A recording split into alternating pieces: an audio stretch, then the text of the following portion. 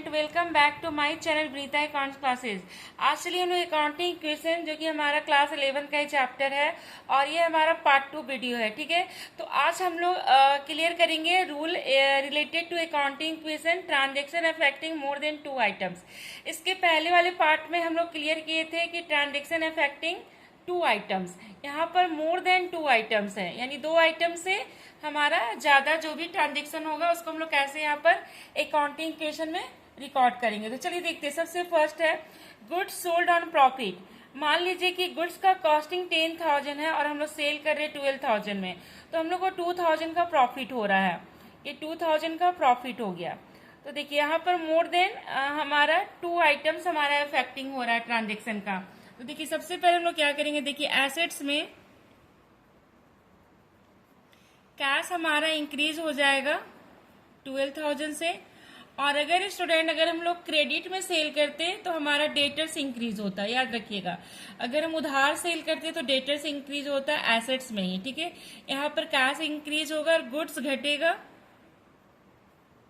Goods decrease होगा 10,000 से, और 2,000 का प्रॉफिट हो रहा है जाके कैपिटल में प्लस हो जाएगा।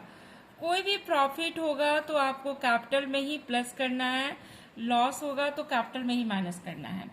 अब चलिए नेक्स्ट है गुड्स सोल्ड ऑन लॉस। अब हम लोग लॉस पर गुड्स को बेच रहे हैं तो यहाँ भी हमारा अफेक्टिंग होगा मोर देन 2 आइटम्स। तो चलिए सबसे पहले हमारा देखिए, अगर हम लोग क्रेडिट में सेल करेंगे तो बस कैश की जगह डेटर्स इंक्रीज होगा और बाकी कुछ भी आपका चेंज नहीं होगा। अब यहाँ पर देखिएगा, अगर हम लोग कैश में कोई इन्फॉर्मेशन नहीं है तो कैश में सेल कर रहे हैं। फिर हम लोग एसेट्स में क्या करेंगे, कैश को प्लस करेंगे कितने से, 8,000 से, जितने में हम लोग सेल कर रहे हैं, और गुड्स का जो कॉस्टिंग है वो गुड्स में माइनस हो जाएगा, गुड्स या स्टॉक से माइनस हो जाएगा,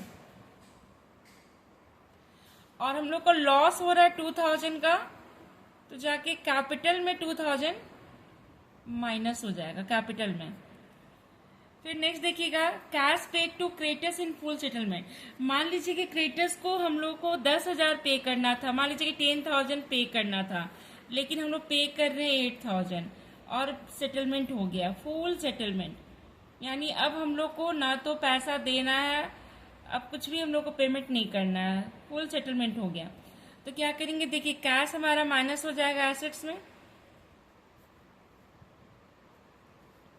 माइनस हो जाएगा 8,000 से, कैश माइनस, और ये जो हमारा देखिएगा क्रेडिटर्स जो है, क्रेडिटर्स लायबिलिटी में जाकर के क्रेडिटर्स माइनस होगा, लायबिलिटी में क्रेडिटर्स माइनस हो जाएगा,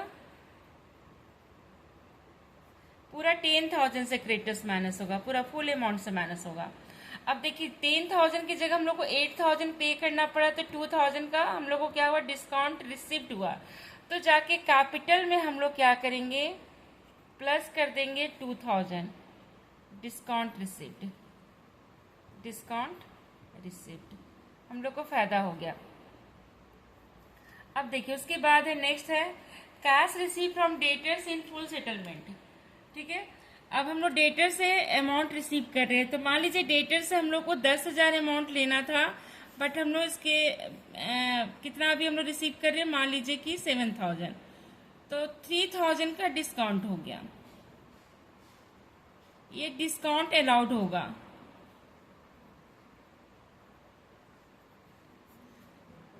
तो ये लॉस है, फॉर्म के लिए लॉस है। देखिए हम लोग क्या करेंगे, एसेट्स में कैश प्लस हो जाएगा 7,000 से, और एसेट्स में ही डेटर्स माइनस हो जाएगा 10,000 से, और हम लोग को लॉस हो गया इसलिए कैपिटल में 3,000 डिस्काउंट अलाउड माइनस हो जाएगा। तो इस तरह से हम लोग transaction affecting more than 2 items हम लोग आज क्लियर कर लिए। नेक्स्ट क्लास से हम लोग स्टूडेंट इसका क्वेश्चन सॉल्व करेंगे।